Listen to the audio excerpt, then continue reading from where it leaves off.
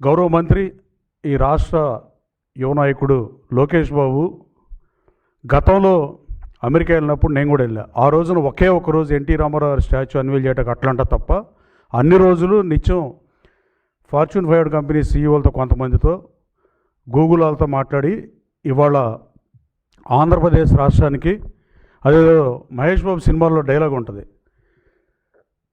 నువ్వు మర్చిపోయారు, జనం మర్చిపోయారు, దేశం మర్చిపోయింది, కానీ గూగుల్ మర్చిపోదు కదా, అట్ట కొడితే ఇట్ట వచ్చేస్తుందని ఏదో కామెడీ స్కిట్ ఒకటి ఉంటుంది.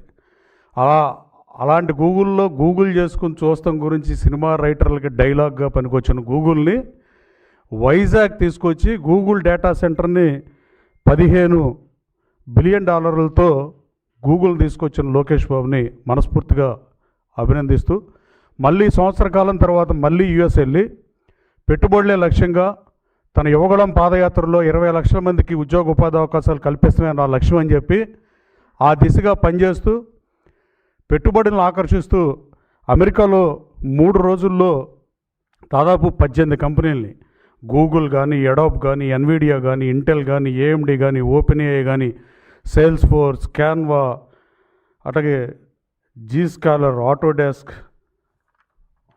ఇలా చదవటానికి చాలాసేపు పెట్టే పరిస్థితి,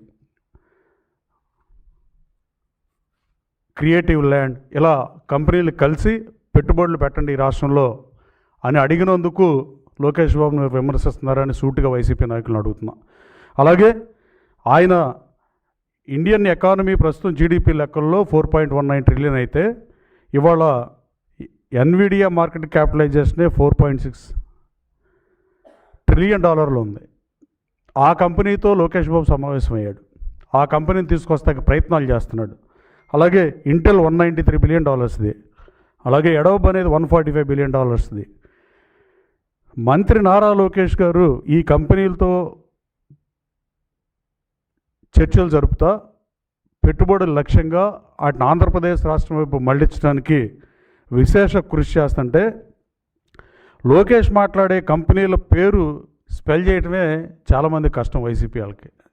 అంటే అందరినీ అంటలేదు, కొంతమంది బూతులు తిట్టేవాళ్ళు, ఇలా ప్రెస్ మీట్లు పెట్టేవాళ్ళు, వాళ్ళే వచ్చి ఇవాళ మళ్ళీ ఇట్లా మాట్లాడటం చాలా బాధాకరం, తీవ్రంగా ఖండించాల్సిన అంశం కూడా. అలాగే ఇంత శక్తివంతమైన సామర్థ్యం ఉన్న కంపెనీల్ని తీసుకొస్తమే లక్ష్యంగా పనిచేస్తున్న లోకేష్ బాబుకి ఆఫ్ ద రికార్డ్ మీరు కూడా ఏంట్రా బాబు లోకేష్ బాబు ఇలా మారిపోయాడు, మనం ఏదో అనుకున్నాం అని మీరు బాధపడుతున్నారని నేను బలంగా నమ్ముతున్నాను. యువగళం ముందు లోకేష్ బాబు వేరు, యువగళం తర్వాత లోకేష్ బాబు వేరు. బిఫోర్ క్రైస్ట్ ఆఫ్టర్ క్రైస్ట్ లాగా లోకేష్ బాబు 40 సంవత్సరాలు వచ్చినాక ఎవరికైనా వయసు వచ్చిన తర్వాత పరివర్తన ఉంటుంది, కానీ మాజీ ముఖ్యమంత్రి గారికి అలాంటి పరివర్తన రాలేదు. కానీ లోకేష్ బాబుకి ఆయన తెలుగులో సరిగ్గా ఒక పదం అటు ఇటు మాట్లాడతాడని పిచ్చి ప్రేలాపలను మాట్లాడిన వాళ్ళు ఇవాళ లోకేష్ బాబుతో ఒక గంట తెలుగులో చర్చించే నాయకులు మీ పార్టీలో ఎంతమంది ఉన్నారో ఒకసారి ఆలోచించుకోవాల్సిన అవసరం ఉంది.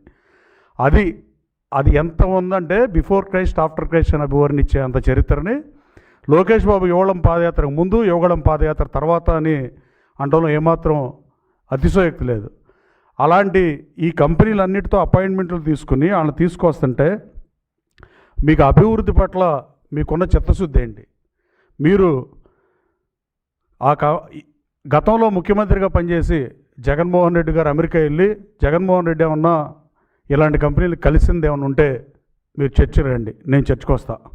అలాగే ఈ అంతర్జాతీయంగా Lokesh Babu company ఓనర్లతో, company సీఈఓలతో, company ఎగ్జిక్యూటివ్తో సమావేశం అవుతాం జీర్ణించుకోలేక పిచ్చి ప్రేలాపనలు తప్ప మీకు మిగిలేది ఈర్ష్య, బాధ తప్ప, లేకపోతే సోషల్ మీడియాలో ఇంటర్నెట్ మీమ్స్కి పరిమితం అయిపోయే పరిస్థితి. ఈరోజు లోకేష్ బాబు ఎదురు కూర్చొని మాట్లాడేది ప్రపంచంలోని టెక్ కంపెనీలోని దిగ్గజాలతో మాట్లాడుతున్నాడు. అలాగే ఆ పెట్టుబడులను చూసి దేశం రాష్ట్రం వైపు చూస్తుందంటున్నా కూడా ఏమాత్రం సందేహం లేదు. అలాగే ఇన్ని కంపెనీలు తెచ్చి ఈ రాష్ట్ర భవిష్యత్తు యువత చేతుల్లోనే ఉంటుంది. వయసు అయిపోయిన వాళ్ళకి ప్రభుత్వం నుంచి పెన్షన్లు ఇవ్వడం, రేషన్ కార్డు సమస్యలు, వృద్ధాప్య పెన్షన్లు ఇలాంటివి ఇవ్వగలం. వాళ్ళ పిల్లలని కొంతమంది చూడకపోయినా ప్రభుత్వం ఆదుకుంటుంది. అలాగే మధ్య వయసు వాళ్ళకు కూడా ప్రభుత్వం నుంచి కావలసిన సంక్షేమ పథకాలు కానీ గిట్టుబాటు ధరలు కానీ ఇలాంటి వ్యవసాయదారులకు కానీ చేస్తుంది. కనీసం ఈ రాష్ట్రం అభివృద్ధి చెందాలంటే కేవలం నిరుద్యోగ యువతకు ఉపాధి అవకాశాలు వస్తేనే ఈ రాష్ట్ర భవిష్యత్తు బాగుంటుంది, ఈ రాష్ట్ర జీడిపి పెరుగుతుంది. ప్రతి కుటుంబంలో 25,000, 30,000, 40,000 ఉద్యోగాలు, ఐటీ ఉద్యోగాలకు అయితే లక్షల్లో శాలరీలు వచ్చే పరిస్థితి ఉంటేనే ఈ రాష్ట్ర భవిష్యత్తు బాగుంటుంది. గతంలో మీరు పరిపాలించి అప్పులు పాలు చేసి భావితరాలను మీరు బానిసత్వంలోకి నెడదామని ట్రై చేశారు. రాష్ట్రం రావణ కాష్టంలో ఉంటే నిత్యం కష్టపడి 1వ తారీఖు జీతాలు ఇచ్చి ముఖ్యమంత్రి గారు కష్టపడి పనిచేసి ఈ రాష్ట్ర దిశ మళ్ళీ గాడిలో పెడతానికి ప్రయత్నం చేస్తుంటే మీరు మాట్లాడే మాటలు మీ విఘ్నతకే ఒకసారి ఆలోచించుకుంటే బెటర్ అని మీకు తెలియజేస్తున్నా.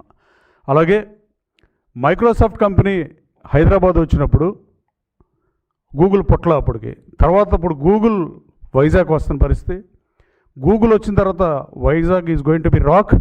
చంద్రబాబు నాయుడు గారు మైక్రోసాఫ్ట్ తేవటం వల్లే హైదరాబాద్ నగరం 2,90,000 కోట్ల రూపాయల ఐటీ ఎక్స్పోర్ట్స్ ఇవాళ చేస్తుందంటే దానికి కారణం చంద్రబాబు నాయుడు గారు కాదా అనేది మీరు గుండె మీద చేసుకుని ఆలోచించాల్సిన అవసరం ఉంది. అలాగే ఇవాళ లోకేష్ బాబు స్ఫూర్తితో లోకేష్ తెచ్చిన కంపెనీ గూగుల్తో వైజాగ్ దిశ మారబోతుంది. It's going to be rock and many more companies will come. Vizag పెట్టుబడులకి స్వర్గధామం అవుతుంది దాంట్లో ఏమాత్రం సందేహం లేదు. దానికి లోకేష్ బాబు పనితీరుని ప్రతి ఆంధ్రుడు అభినందిస్తుంటే మీకు మాత్రం వేరేగా కనపడటం చాలా బాధాకరం. రాష్ట్ర ప్రయోజనాల కోసమే ఏ పార్టీ అయినా పనిచేయాలి. మీరు రాష్ట్ర ప్రయోజనాల కోసం కాకుండా ఇలా మాట్లాడటం ఎంతవరకు సవ్వో మీరే ఆలోచించుకుంటే బాగుంటుందని మీ ద్వారా ఆ మాట్లాడే కొంతమంది నాయకులకి తెలియజేయాలనుకుంటున్నా.